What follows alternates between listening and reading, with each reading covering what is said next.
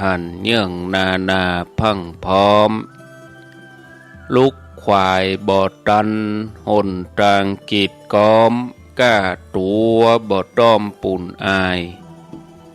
จุงเก่งเข้าไว้อย่าไปฮื้อขวายต่อหน้าสบายจำไว้เน้อเจ้าจำไว้เน้อเจ้า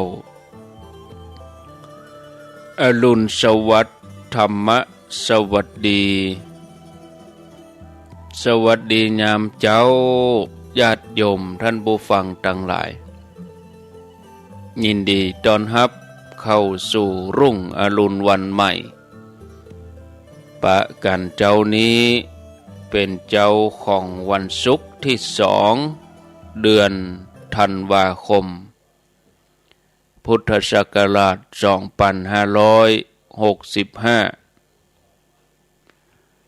วันนี้เป็นวันเดือน3เหนือขึ้น9ค่ำเดือน3เหนือขึ้น9ค่ำพร่ำว่าเป็นวันศุกร์มาพบกับญาติโยมท่านทั้งหลายในรายการเสียงธรรมแสงอรุณรายการเสียงธรรมแสงอรุณประจำเจ้านี้ตามปกติแล้วทุกวันศุกร์จะเป็นท่านพระครูชลทานพิทักษ์เจ้าอาวาสวัดแม่ห้องไคอำเภอดอยสะเก็ดจังหวัดเชียงใหม่แต่เนื่องจากว่าวันนี้ท่านพระครูเปิ้นบ่สะดวกที่จะมาดำเนินรายการระบบไฟฟ้าคงจะขัดข้องศรัทธาญาติโยมท่านพระครูเปิ้นก็บ่สามารถที่จะดำเนินรายการได้อาตมาบ่มีธุระดังใดพอที่จะมีเวลาก็มาทำหน้าที่แทนประคับประคองเป็นกำลังใจให้กับศรัทธาญาติโยมท่านทั้งหลายไผที่ยังบ่ลุกเตื้อก็เตรียมตัวลุกมาได้แล้วเนอะ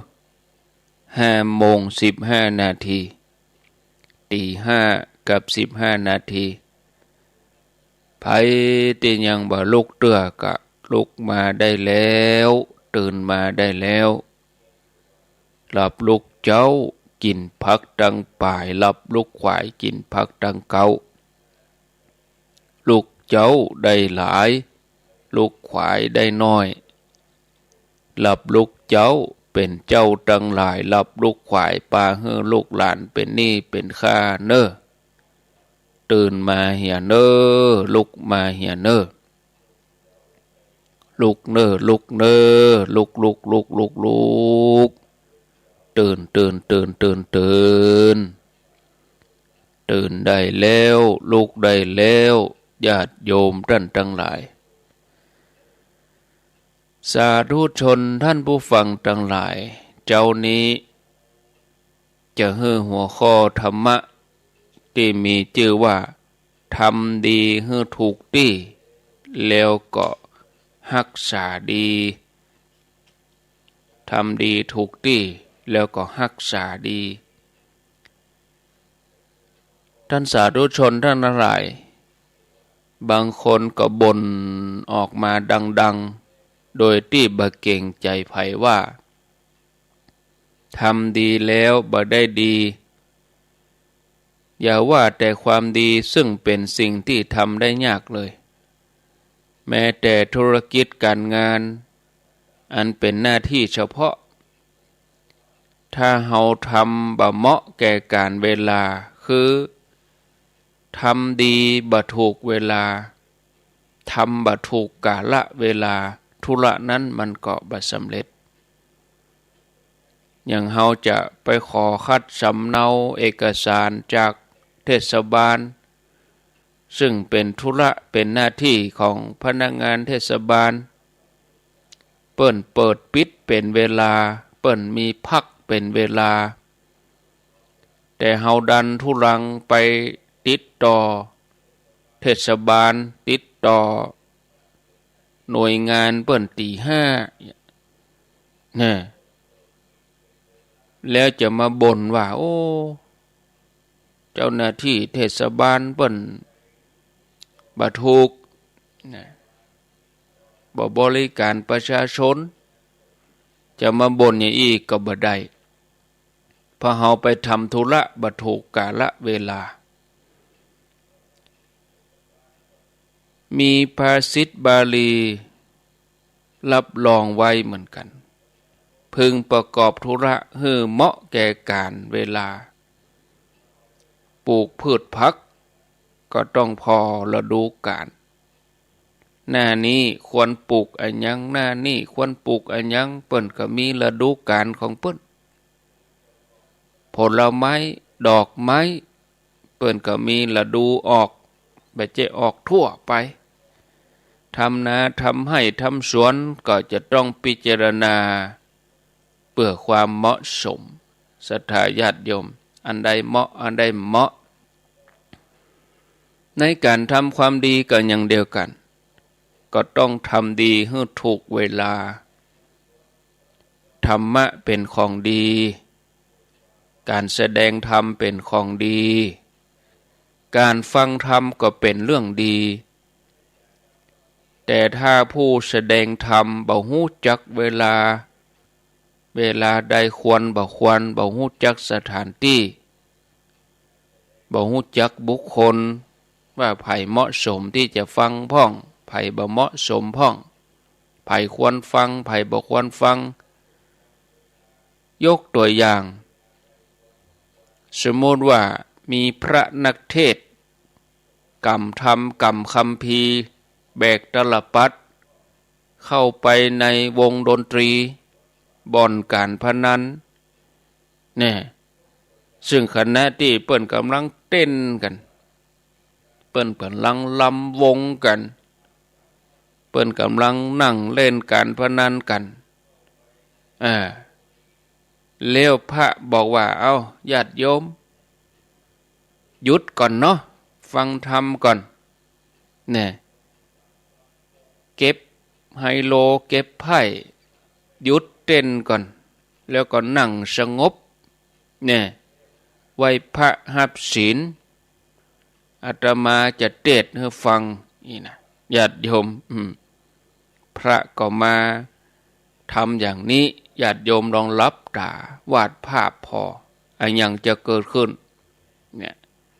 เวลานั้นมันบ่ใช่เวลาคนที่จะฟังเทศน์ฟังธรรมเวลาคนที่จะฟังเทศน์ฟังธรรมก็คืออย่างญาติโยมคนเนี้ยมีใจก็ไหลมาฟังวิทยุถ้ามีใจก็ปิดเถียไหลไปฟังอย่างอื่นฟังข่าวฟังเพลงวิทยุนี่คนที่มีใจที่จะฟังเปิ้นถึงไหลมานะพระที่จะเทศน์เนี่ยก็คืออย่างงานศพเป็นงานที่เหมาะสมอยู่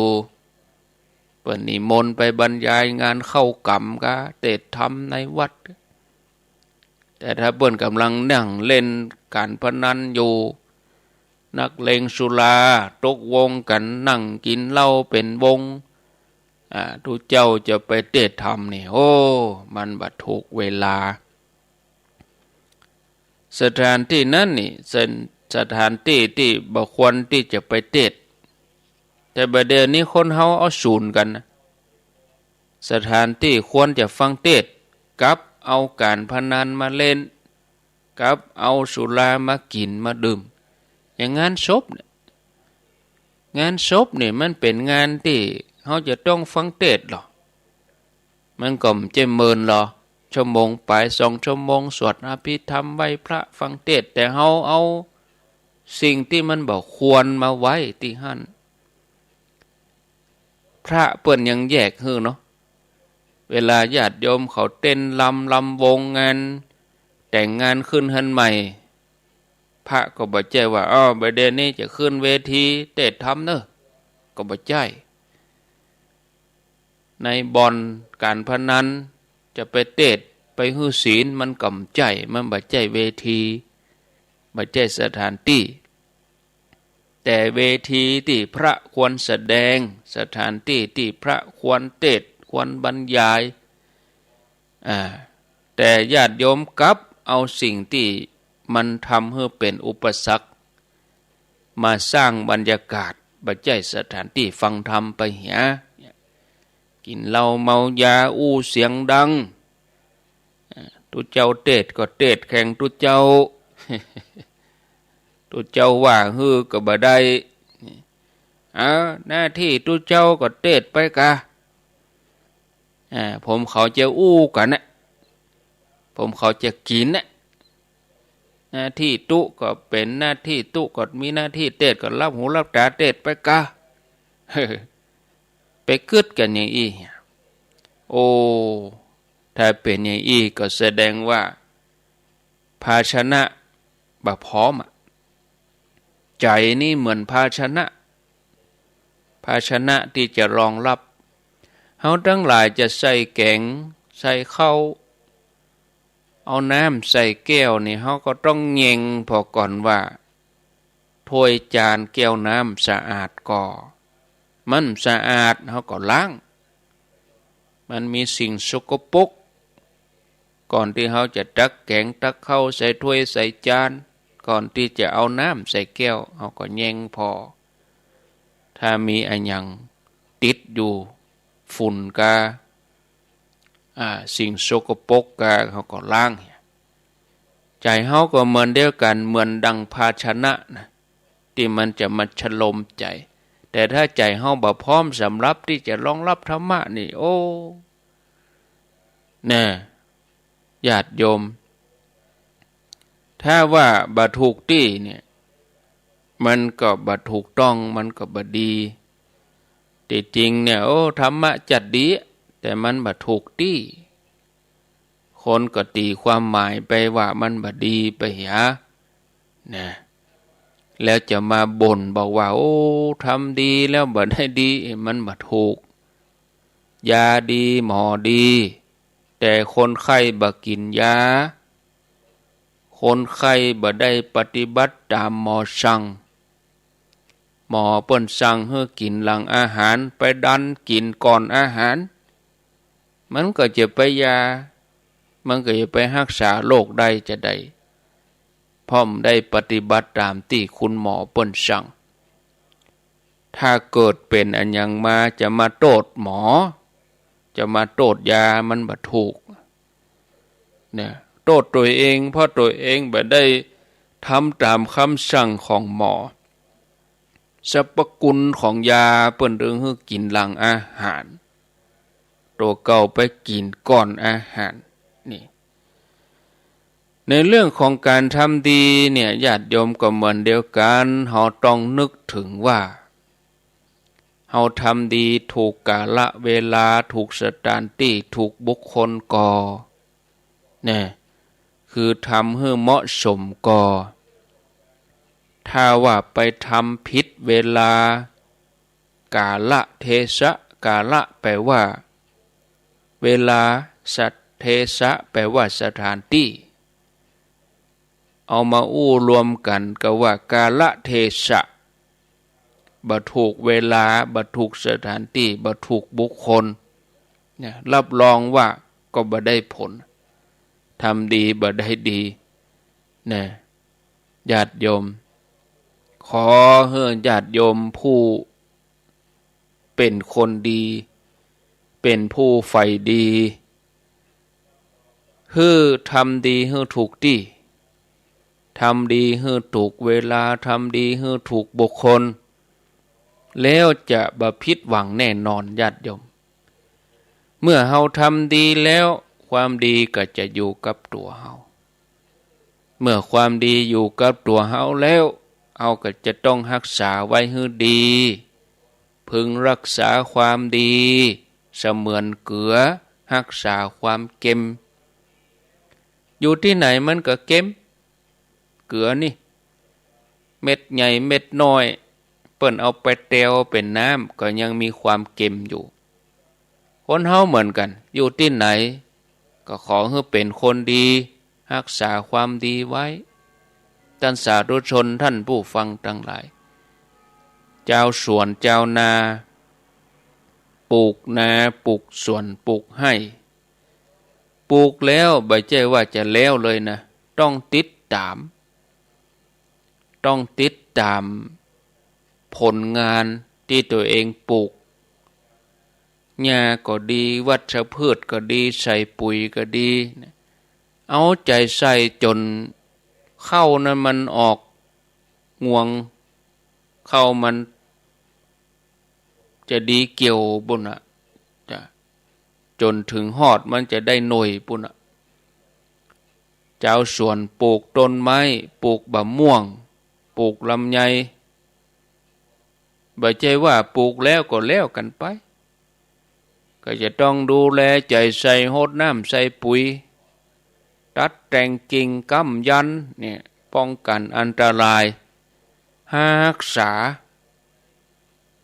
ถึงจะได้กินหน่วยกินผลคนทำดีบ่ใช่ว่าทำดีแล้วก็แล้วไปนะจะต้องติดตามความดีรักษาความดีป้องกันความดีระวังความดีเนี่ยแล้วความดีนั้นถึงจะผลิดอกออกผลแตกช่อออกดอกคือเฮาพอใจบางคนคิดว่าเมื่อเจ้านี้ใส่บาตรแล้วตื่นเจ้าขึ้นมานึ่งเข้าเตรียมกับเข้าใส่บาตรแล้วก็ปงใจเจื่อว่าวันนี้เฮาทำดีเฮาได้ทำบุญใส่บาตรเฮาได้ไปปล่อยป่าเฮาได้ไปปล่อยสัตว์เฮาจะไปซื้อหวยสักใบไปซื้อสลากกินรวบ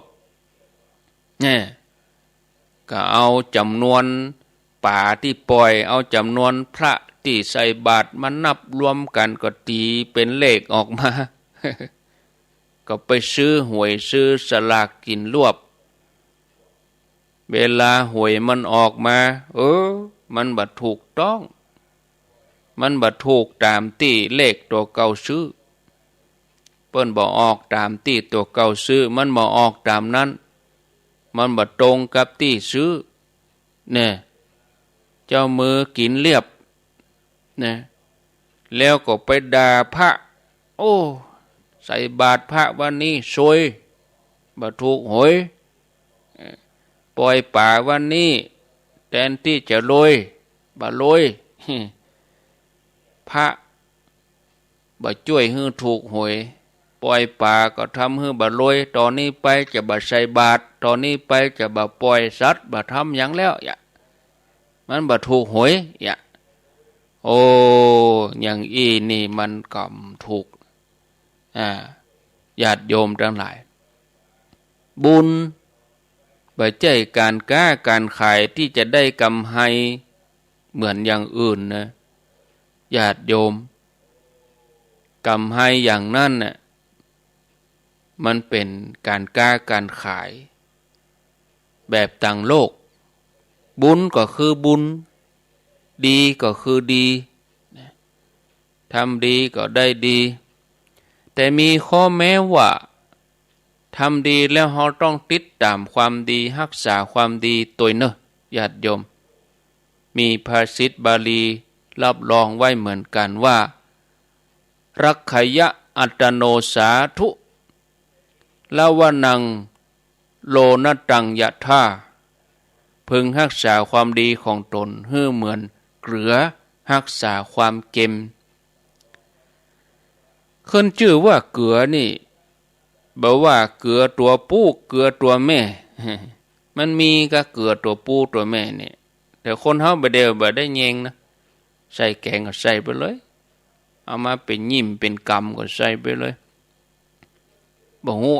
เกลืออันใดตัวผู้ตัวแม่มันเค็มก็เป็นใช้ได้เป็นเกลือก้อนก็เกลือผงก็เป็นเกลือน้ำก็มันเค็มทั้งนั้นอย่างที่ว่าตะกี้เกลือจะไปอยู่ที่ไหนมันก็สามารถรักษาความเค็มของมันได้บ่ว่าจะอยู่ในครัว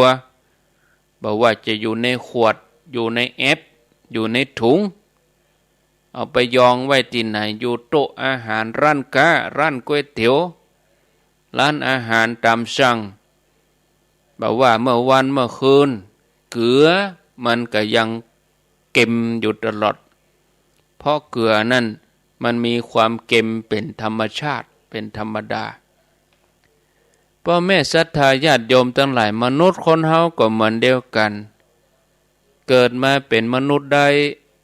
ก็เพราะว่าบุญเพราะความดีแท้ๆนะเฮาควรที่จะรักษาความดีของตัวเก่าไว้คือต้องเป็นมนุษย์แท้ๆเนี่ยจะไปดีแตกถ้าดีแตกแล้วมันขมเนี่ยคือตัวเป็นมนุษย์แต่มีใจเป็นเดรัจฉานใจเป็นเปรตใจเป็นอสุรกายเฮาหันข่าวมานักต่อนักนะญาติโยมตัวเป็นมนุษย์แต่ว่าใจเป็นเปรตใจเป็นสัตว์นรกใจเป็นเดรัจฉานมีข่าวออกมาโอ้บ่น่าดีจะทำมนุษย์เปิ้นบ่ทำจิตใจเป็นเดรัจฉานโหดเหี้ยมอย่างนี้เป็นต้นนะญาติโยมนะในสมองนี่กึดกับเรื่องอบายมุขเนี่ยศรัทธาญาติโยมนะในโบราณเปิ้นก็เขียนภาพเอาไว้เต็มหมู่ฝาผนังวิหารโบสถบางคนตายไปแล้วไปเกิดเป็นอสุรกายเป็นเปรตเนี่ยโอ้ศรัทธาญาติโยมเพราะอันยังก็ดูเอาปัจจุบันเนี่ยปัจจุบันนี่บ่ต้องตายก็ตึงไปเกิดแล้วหรอจ้อมแจ้งมันตึงไปเสาะหาหนทางของมันเองโดนจิตโดนใจไปฉกชิงวิ่งราวก่อการทุจริตก็บ่ควรที่จะพึดอย่างนี้นะควรรักษาความดีไว้เหมือนเกลือรักษาความเค็มทำดีมาแล้วก็ให้ทำดีต่อไปรักษาดีแล้วก็ต้องรักษาต่อไปศรัทธาญาติโยมท่านสาธุชนโบราณเปิ้นกล่าวไว้เหมือนกันอยู่บ้านท่านอย่านิ่งดูได้ปั้นวัวปั้นควายให้ลูกท่านเล่นนะมีอธิบายว่าคนเฮาต่างก็ต้องเบิ่งอาศัยกันก็จะต้องถ้อยทีถ้อยอาศัยซึ่งกันและกันเบิ่งป่าอาศัยกันน้ำพึ่งเรือเสือพึ่งป่าเฮาได้อาศัยผู้ใดได้เบิ่งป่าผู้ใดก็บ่ควรที่จะลืมบุญคุณผู้นั้นเวลามีจังหวะมีโอกาสที่จะทดแทนกุลก็ควรจะรีบทำเปิดห้องว่าสนองกุล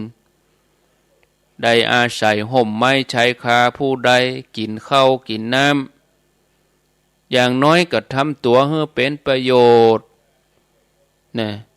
เก็บพักหักฟืนทำบ่ได้ก็เอาดินมาปั้นหุบงัวหุบควายให้ลูกเปิ้นเล่นอันนี้เป็นกรรมโบราณได้กล่าวไว้อย่างนี้นะศรัทธาญาติโยมคนที่อื่นที่ไกลเปิ้นมาอยู่ในเชียงใหม่เปิ้นมาอยู่ต่างถิ่นเปิ้นก็ตั้งสมาคมขึ้นมาอย่างคนที่เปิ้นอยู่ทางใต้เปิ้นเนี่ยเปิ้นก็มาตั้งสมาคมชาวปากใต้เชียงใหม่สมาคมคนลพบุรีสมาคมคนอ่างทองสมาคมคนระยองนี่นะเปิ้นก็มาตั้งสมาคมนอกจากจะเป็นที่พบปะกันแล้วสามัคคีในระหว่างคนบ้านเดียวกันก็มีความประสงค์ให้มาหนึ่งกับบำเพ็ญตัวเก่าเพื่อเป็นประโยชน์ต่อท้องถิ่นที่ตัวเองอาศัยเปิ้นก็มีการแจกทานบริจาคทรัพย์รวบรวมกันบริจาคให้โรงห่ำโรงเรียนวัดวาสาธารณะแจกผ้าห่มกาถุงยังชีพกาสมาคมนั่นสมาคมนี้เป็นการทำความดีต่อท้องถิ่นเนี่ย ทำคนเดียวมันบ่สำเร็จมือเดียวหัวเดียวนี่มันสำเร็จบ่มีทางที่จะบรรลุเป้าหมายต้องร่วมกันทำหลายๆคนหลายๆความคิดร่วมด้วยช่วยกันสมาคมชาวจีนสมาคมชาวอินเดียที่ไม่อยู่เมืองไทยเนี่ยตั้งมูลนิธิทำความดีข่าวออกมาช่วงนี้นี่โอ้คนจีนที่เปิ้นดีก็มีนะอันที่บดีที่ออกข่าวมาเนี่ยโอ้เหมือนมาสูบเลือดแต่เนาะเงินเป็นพันล้านโอ้ทำธุรกิจสีเทาการพนันบ่อนการพนันค้าขายยาเสพติดวะคนจีนที่เปิ้นดีก็มีอันที่บดีก็มีญาติโยมทั้งหลายญาติโยมถ้าทำดีก็เป็นเรื่องที่น่าอนุโมทนามนุษย์เฮานี่นะญาติโยมสัญชาตญาณในการเอาอย่างในการที่จะเฮียนแบบนะหมู่เฮาที่เป็นผู้รักผู้ใหญ่คนเฒ่าคนแก่ที่มีอายุนักๆเป็นผู้สูงวัยเป็นผู้ที่มีวัยวุฒิอยู่ไปบักกี่วันเฮาก็จากโลกนี้เนี่ยถ้าบ่สามารถที่จะทำความดีอย่างได้ต่อไปแล้วก็บ่ควรที่จะทำความชั่วให้ลูกให้หลานได้หันเนี่ยการที่ผู้ใหญ่ไปทำความชั่วทำความบดีทำความผิดพลาดให้ละอ่อนได้หันกลายเป็นแบบอย่างที่บดีที่สุดเนี่ยญาติโยมทั้งหลายที่ได้สร้างสิ่งที่บดีเอาเป็นแบบแผนฉะนั้นขอให้ผู้เฒ่าผู้แก่ท่านผู้มีอายุทั้งหลายตลอดจนถึงผู้รักผู้ใหญ่ถ้าท่านทำดีบ่ได้ต่อไปทำดีบ่ไหวก็ควรที่จะรักษาความดีที่ทำไว้ก่อนนั้นบ่ให้มันลุมันเสียเมื่อเฒ่าเมื่อแก่คือเราอ่อนเขาได้กราบไหว้บูชาคือเป็นพระคือเขาได้ไหว้คือเขาได้นับถือคือเขาได้อิจฉาเวลาที่เราอ่อนเขาทำดีก็บ่ต้องไปคัดขวางบ่ต้องไปกันแกล้งเวลาที่เราอ่อนเขาทำดีก็ควรที่ให้กำลังใจในขณะที่เขาทำดีก็ให้สนับสนุนแล้วเฮาก็จะเป็นปูชนียบุคคลแก่ลูกแก่หลานนะดีกว่าไปทำตัวอัปรีให้ลูกให้หลานได้ดูหมิ่นเหยียดหยามบัดนั้นได้ตายก็เหม็นเน่าเหม็นหึ่งนะช่วยกันทำให้โลกนี้มันน่าอยู่ทำให้โลกนี้มีแต่การยกย่องความดีสรรเสริญความดีนะญาติโยมเนาะเอาละพอเวลาแล้วก็หันว่าพอสมควรแก่เวลาก็ขออนุโมทนากับญาติโยมเขาเหียสักหน่อยก็บ่ได้อ่านก็บ่แล้วใจอ่านเหียก็แล้วใจสบายก็แปลกเหมือนกันนะหลังๆมานี่อ่านบางท่านก็ว่าโอ้บ่ต้องไปอ่านแล้วรายชื่อท่านมีโยมบางคนเสนออาตมาบัดถ้าอ่านแล้วท่านพระครูรายชื่อเปิ้นหอมเปิ้นหยังถ้าอ่านแล้วโอ้อาตมาก็ลองพอเหมือนกันลองบ่อ่านบ่อ่านก็ตึงบ่มีไผหอมแต่เฮาก็บ่มีไอ้หยังจะมาจ่ายค่าอินเทอร์เน็ตแต่น่ะถ้ามีญาติโยมเปิ้นเข้าใจเปิ้นอุปถัมภ์เปิ้นดูแลเป็นเดือนนี่โอ้เอาจะเอาที่ไหนมาจ่ายค่าอินเทอร์เน็ตเป็น 4-5 ติกุฏินี่2หอฉันแถมสถานีห้วยตองซักแถมหลายที่ วิทยุหลายๆที่เนี่ยที่เขาจัดกันได้ถึงวันนี้ก็เพราะว่าเขาใช้ระบบออนไลน์มันก็ต้องเปิ่งอินเทอร์เน็ตเนี่ยลำพังจะให้อาตมาเขารับผิดชอบเนี่ยโอ้มันเบาไหวที่ไหนนี่800 700อินเทอร์เน็ตแล้ว3 4 5ที่นี่มันไปเท่าใดละต่อเดือนนะญาติโยมวางก่อนนี่ลองทดลองว่าบาอ่านบาอ่านก็มีการกระตุ้นก็มีไปห้อมแต่เนอะดักปิ้งแต่น่ะแต่ละงานก็อย่างใดนั้นก็ช่วยกันประคับประคองไปเถอะถ้าเฮาฟังเฮาเกิดใจได้นะฟังแล้วมันม่วนก็เฮาก็ตามเจตนาพระครูบาอาจารย์ตนไหนรูปใดก็หอมเปิ้นนะพระสงฆ์ที่เปิ้นมาจัดรายการทุกตนนะแต่ละสถานีเฮาก็หอมญาติโยมฟังเมืองลี้ก็หอมเมืองลี้ปุ้นน่ะญาติโยมฟังมจรลำปางก็ฝากหอมครูบาอาจารย์ที่มจรลำปางปุ้นน่ะฟังแม่แจ่มก็หอมแม่แจ่มฟังเมืองฝางก็หอมเมืองฝางฟัง104ก็หอม104หั่นน่ะเด้อแต่ส่วนที่อาตมารับผิดชอบอยู่ก็มีที่ปากตังเจริญนี่แล้วก็ที่ห้วยตองสักที่รับผิดชอบอยู่หลายๆที่อยู่นะแต่ว่าไปงานที่วัดไชมูลก็โมทนากับพ่อบุญธรรมแม่รัตนาสังคำฟันบ้านโป่งหนองเภสัชกรหญิงเฉลิมศรีสุธิตาแล้วก็อนุโมทนานางพัฒนันวิจิตรไพศาลอนุโมทนาร่วมทำบุญมา 1,000 บาทกับอินเทอร์เน็ตแม่กันดาศรีเนตรอีก 1,000 บาทนะก็ขออนุโมทนาพ่อสุทัศน์แม่แก้วมาปวงคำบ้านต้นแห่นน้อย100 บาทแม่รจนาคำพีระภัยพร้อมลูกหลาน100 บาทโอ้อันนี้เมินแล้วนะตั้งแต่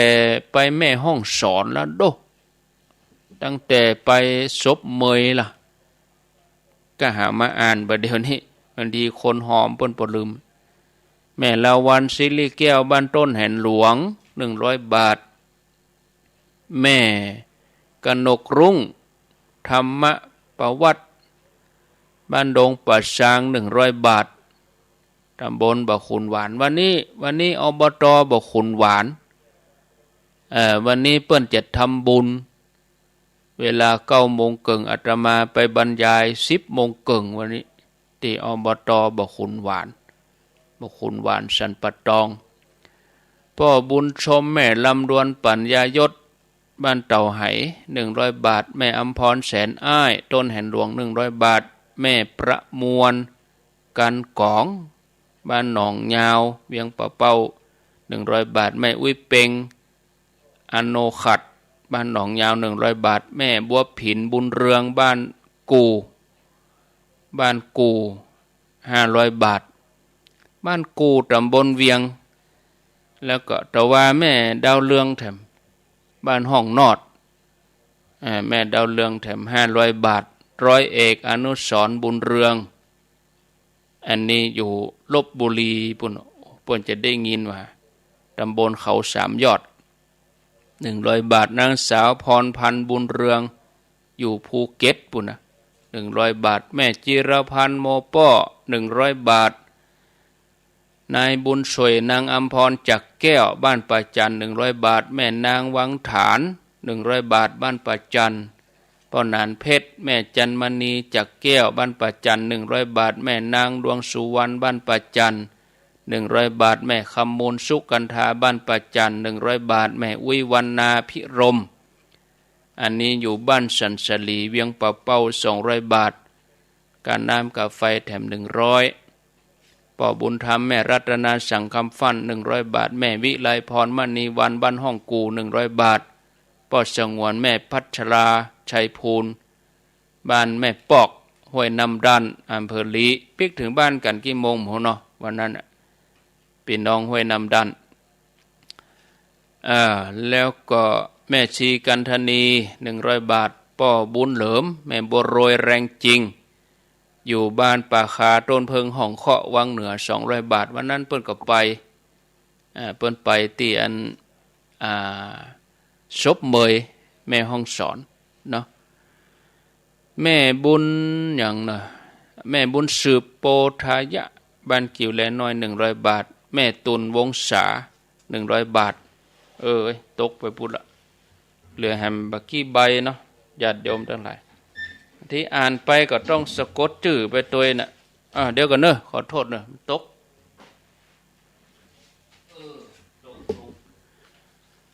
กำอ่านตกลงหลุมไปปุ่นแม่เหรียญทองไม้เขียวอันนี้อยู่บ้านเต่าไห50 บาท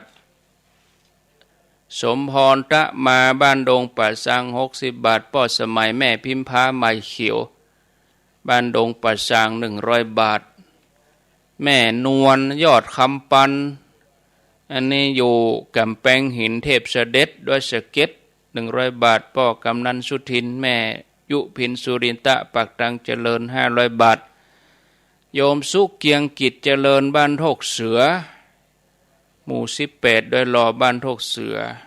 200 บาททวีแสงจันใจสิทธตาเบาโออนุโมทนา100 บาทแม่คำปันดาเรืองศรีบ้านป่าป้องดอยสะเก็ด100 บาทแม่ศรีลาภัยพิไลบ้านป่าป้องดอยสะเก็ด500 บาทอนุโมทนาเนอะได้ร่วมบุญกุศลแม่ลาคำเหมือนยองหมู่17บ้านโทกเสือ100 บาทแม่จันศรีปันดอนบ้านโทกเสือแถม100 บาทเอาครบถ้วนกระบวนความหมดละกันนี้อ่านหมดละต่อไปก็เป็นประจำวันทั้งนี้ไปก็จะทยอยอ่านเนาะก็จึงเจนบางท่านบัดถ้าอ่านแล้วท่านครูเป็นอย่างหอมไปแล้วมาอ่านมันบ่ได้เหมือนกันนะมันบ่แล้วใจเตี้ยเปิ้นหอมมาประกอบท่าฟังจื้อบางท่านก็คิดแถมมุมท่านพระครูอ่านกับให้เขาไปยึดติดกับจื้อมันบัดใจอย่างอ่านนะญาติโยมสำคัญเหมือนกันเนาะก็อ่านไปนะบัดใจอย่างนักหนาอ่านให้เปิ้นสบายใจตัวเก่าก็สบายใจไปด้วยเอาละเอาปอนเหก่อนเด้อสัพปิติโยวิวัชชันตุสัพพะโลโกวินัสสันตุมาเตภวัตวันตรายโยสุขีทีขายุโกภวะอภิวาทานะสีลิสะนิจังวุธาปจายโนจัตตาโลธัมมาวะทันติอายุวันโนสุขังปะลังเอาละเหลือเวลาแถม10 นาทีสุดท้ายก็เดี๋ยวฟังท่านอาจารย์ไมตรีเข้าเวสโกวัดพระพุทธบาทตากผ้าต่อไผจะโทรมาก็ขอเจริญปอนเด้อโทรมาที่เบอร์นี้0998366322วันที่4 ธันวาเป็นวันอาทิตย์ไผจะร่วมเดินทางไปทำบุญที่อำเภอแม่แจ่มวัดเหล่าปะฐานอันนั้นเปิ้นจะสารพระเจ้าเปิ้นเอาตอกเอาไม้หวกไม้สางมาแป่งตอกแล้วก็สารพระเจ้าแป่งพระเจ้ากุเตื้อเฮาหันเปิ้นพระเจ้าเปิ้นเอาปูนอันนี้เปิ้นจะเอาไม้สารเอาวันที่4เนอะเจริญพรครับไว้ช้าครับท่านพระครูโทษจากที่ไหนเดินขมอครับหมอเคยแจ้ครับผมฟังชัดเจนดีเนาะครับผมอนุโมทนาก็ออกเดินทางเวลา6 โมง6 โมงวันที่4กี่ข้อตอนแล้วก็ปิกแล้วก็เชิญชวนญาติโยมทั้งแม่แจ่มด้วยเนาะฟังรายการอยู่วันที่4นี่พิธีเปิ้นเริ่มประมาณ9 โมงเนอะอาตมาเขาจะออกจาก ตีโดยหล่อนี่ไป6 โมงอ้าวเจริญพรครับไว้สักครับท่านอาจารย์ว่าจะได้ป่อบุญธรรมเหมือนที่ท่านว่าเกือรักษาความเค็มเด้อเนาะอยู่ไหนมันก็เค็มครับบอกว่าเป็นเม็ดเป็นน้ำเม็ดน้อยเม็ดใหญ่คือผู้คือแม่นี่มันนั่นคือผู้นี่ยาวแย่เนาะเปิ้นเอาไปแปลงกระถาเนาะโธ่ครับเอาไปมีเคล็ดลับเปิ้นเหมือนกันมีอยู่ใส่เอาตัวคือผู้แย่เนาะเอาแปลงยาด้วยเวทมนต์นะเอาแปลงยาด้วยก็มียาแก้ไอนั่นก็โมทนาครับสาธุ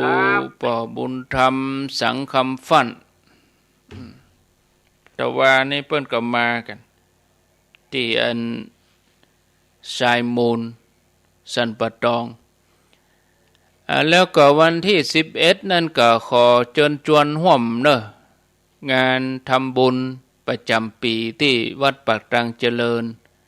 วันที่11ธันวามาสืบชะตากินข้าวตอนแล้วก็ปากันไปที่เหล่ามนทาอันนั้นจะมีการยกพระปฏิสถานสวดอิติปิโสอันนั้นรายการเมื่อค่ำถ้าไผไม่ได้อยู่เมื่อค่ำก็ไปเมื่อตอนแล้วปากตรังเจริญนี่ก็ไปร่วมทำบุญไปหู้ไปหันไปพอเปิ้นไปร่วมทำบุญที่หันได้พิธีเปิ้นมีแมลงก่อน18 นาฬิกา 6 โมงแรงที่เหล่ามนทาเปิ้นจะยกพระประธานปฏิสถานเต้นสุกชีศาลาหลังใหม่เปิ้นวันที่11พระสงฆ์ก็ไปสวดอิติปิโสที่หันเจริญพรนมัสการเจ้าจากที่ไหนจากบ้านบุญเกิดอำเภอเมืองจังหวัดลำปางเจ้าบ้านบุญเกิดอำเภอเมืองลำปางฟังชัดดีเนาะเจ้าชัดเจนดีเจ้าฟังทุกวันเนาะเจ้าโมทนาสาธุแล้วก็วันที่12ถึง22ธันวาอันนี้ก็งานปริวัติกรรมที่วัดม่อนฤาษีพระสงฆ์ก็ประมาณ300รูปเนอะญาติโยมพระ300รูปงานปริวาสม่อนฤาษี12ถึง22ญาติโยมที่เวียงป่อเป้านี่เปิ้นมานอนกุปีเปิ้นก็มาใส่บาตรกุปีปีนี้ก็เหมือนเดิมเปิ้นมาวันที่11แล้วเปิ้นก็นอน12มาเจ้าก็ไปใส่บาตรม่อนฤาษีใส่บาตรแล้วก็ปากันปิกมากรรมนึงก็ได้2 งานเลยนะมาเมื่อตอนก็ได้นะถ้าสมมติว่าเฮาแต่มาเจ้าเฮาใกล้ที่จริงนี่มาร่วมสืบชะตาแล้วก็กี่ข้าวตอนแล้วก็ไปเอวหรอไปเอวพระธาตุจอมทองไปเอววัดหลวงละปูนก็ไปเอววัดไหนก็ตามใจนะปิกมาถึงเรามนทาแมลงก็มาอาบน้ำกินข้าวน้ำข้าวแรงแล้วก็ร่วมพิธีก็พอดีอันนี้ก็เชิญชวนแล้วแต่จะสะดวกไผมันได้มาเมื่อไงมันได้มาเมื่อตอนก็จะท่ามาเมื่อแรงก็ได้เมื่อแรงก็6 โมงเลิกการเลิกงานแล้วลูกเป็นวันอาทิตย์ตัววันที่11นั่นนะเป็นวันอาทิตย์ก็เชิญชวนญาติโยมท่านสาธุชนท่านทั้งหลายตัวเด้อมีก็เข้ามารับสายเจริญพรวิชาครับท่านอาจารย์โทรจากบ้านแม่จองตำบลศรีวิชัยลีครับบ้านแม่จองฟังชัดเจนดีเนาะพัดปินดีครับทำแม่วันนี้ทำมันอกม่วนใจดีนะม่วนใจดีอนุโมทนาดีแล้วสาธุก็เดียวก็ฟังท่านอาจารย์ไมตรี วัดพระพุทธบาทตากผ้าต่อเนอะเอามีแหมกอข้างแหม2-3 นาที0998366322เจริญพรแล้วแม่น้ำมันใหม่18พัฒนาเด้ออำเภอหยังแม่อำเภอแม่ทะจังหวัดลำปางอำเภอแม่ทะกะเจ้าได้ยินชัดเจนเนาะแม่เนาะเจ้าได้ยินชัดเจนฟังทุกวันกะเจ้าฟังทุกวันอำเภอแม่ทะลำปางปุ่นเจ้าอนุโมทนาเจ้าสาธุสาธุ0998366322ลาไปก่อนบ่เนาะพอเวลาข้างแหม2 นาทีอาจารย์ไมตรีเปิ้นรอท่าอาตมาลาไปก่อนเด้ออายุวันโนสุขังปลัง